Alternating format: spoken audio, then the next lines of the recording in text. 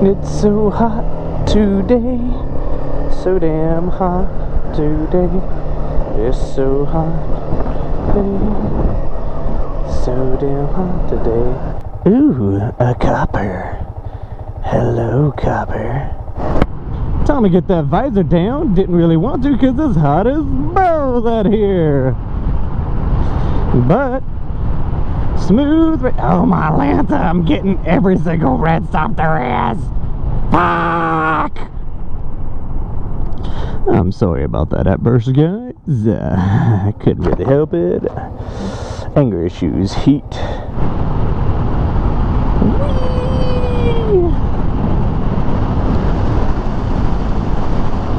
Nice.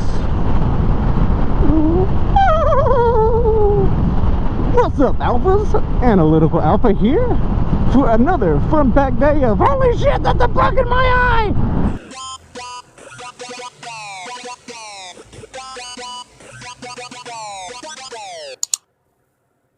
Oh, no, this girl didn't.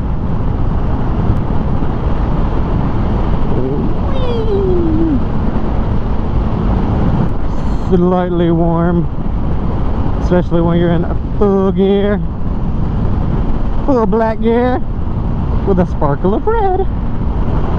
Alright guys, how to select the perfect bike for you. Analytical Alpha here. We're gonna go on a little cruise ride on your decision on how to choose the perfect motorcycle for you. This is gonna be extremely easy. What I want you to do is, number one thing, take out everything that you want in your mind. Throw it away. What do you need? That's all that matters. Let's pretend you need a motorcycle. We all know you don't. Until you get one, then you need it. What do you need this motorcycle to do? Are you doing it in a sports bike relation, as in on the track? Are you doing a little off-roading, little dirt bike action, all in the backwoods and the trails, etc.? Are you only wanting to do long rides or even just commuting? What's your main usage of your motorcycle? Me, myself, I drive 40 minutes to work every day and 40 minutes back. So I knew I was going to be doing a lot of commuting myself. Now that being said, my speed is going to be between 55 to 65. So I needed something that was going to be somewhat comfortable distance-wise. Something that had enough power to get me relatively comfortable, 55, 65. Something with amazing gas mileage. I needed something cheap because it was a brand new concept. Something good on insurance, etc., etc. So what do you need? That's more or less what I needed. So what do you need is going to be the main category. That's all necessity. Then you can bring back your wants for stage 2. So necessity means that right there should give you somewhere between 10 to 15 motorcycles that fit all of your needs. Now different types now. I mean, they could be the same brand and maybe 1 or 2 tiers up power wise. So this is a 300, a 500 fit me perfectly, and it was still somewhat within my price range, but this fit at the lowest possible to help me feel more justified. So but I still included the 500 in my overall decision. All your needs that are met should be between, I'd say roughly between 5 to 10 different motorcycles, somewhere roughly around there. From there, now you can add in back into your wants, but just don't be biased while you're creating your needs, because while you're doing all the open needs, you'll be surprised at what you decide that you now want once you start getting all your research knocked out and figure out what you like. Like, all I cared about is only sports bike, 100%. That's all I ever liked.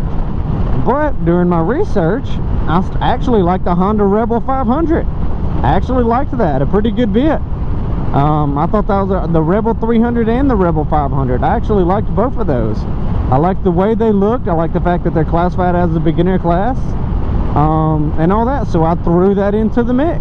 Now once you bring your wants back for stage 2, that's when you start dimming down the really the nitpicky things, as long as it's not costing you ridiculous. I cared more about a brand new motorcycle for me to start from scratch than I did about somebody modding up a used motorcycle, me not knowing anything about it, me not knowing if they did it correctly, if they rode the shit out of it whenever they did have it, if they took care of it properly whenever they had it, things like that. I started taking everything out, because I went to Cycle Trader was actually the majority of what I searched for. That helped me realize about proper prices and what to expect from new used motorcycles.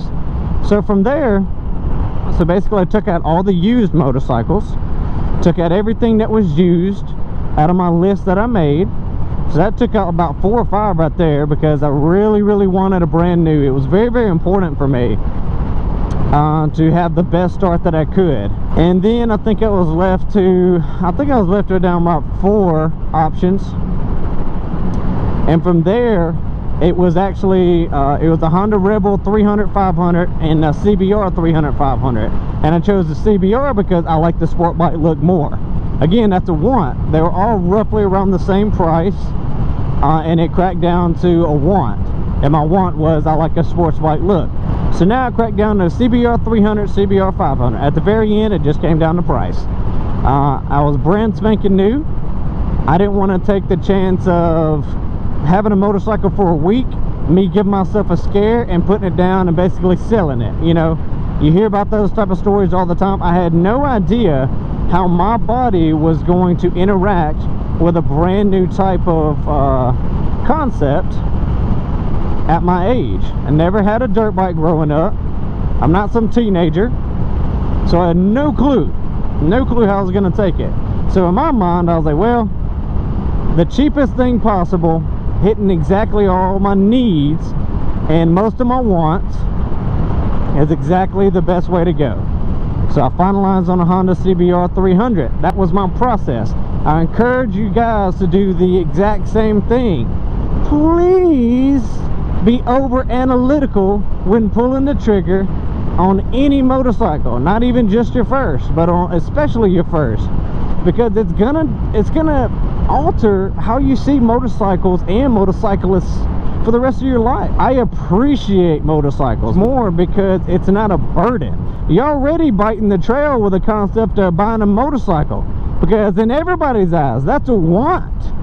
Until you get it, then it's a need.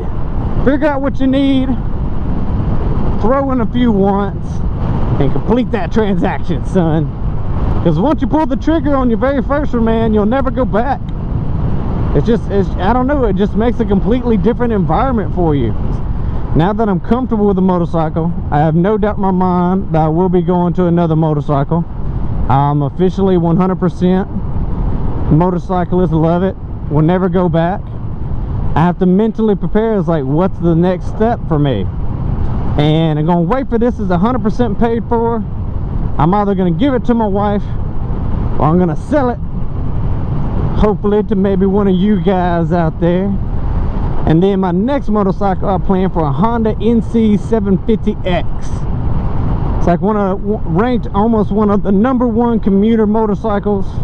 I like the little glove box where a gas tank, the normal gas tank's actually in the back underneath the rear seat, which I never have anyone ride with me.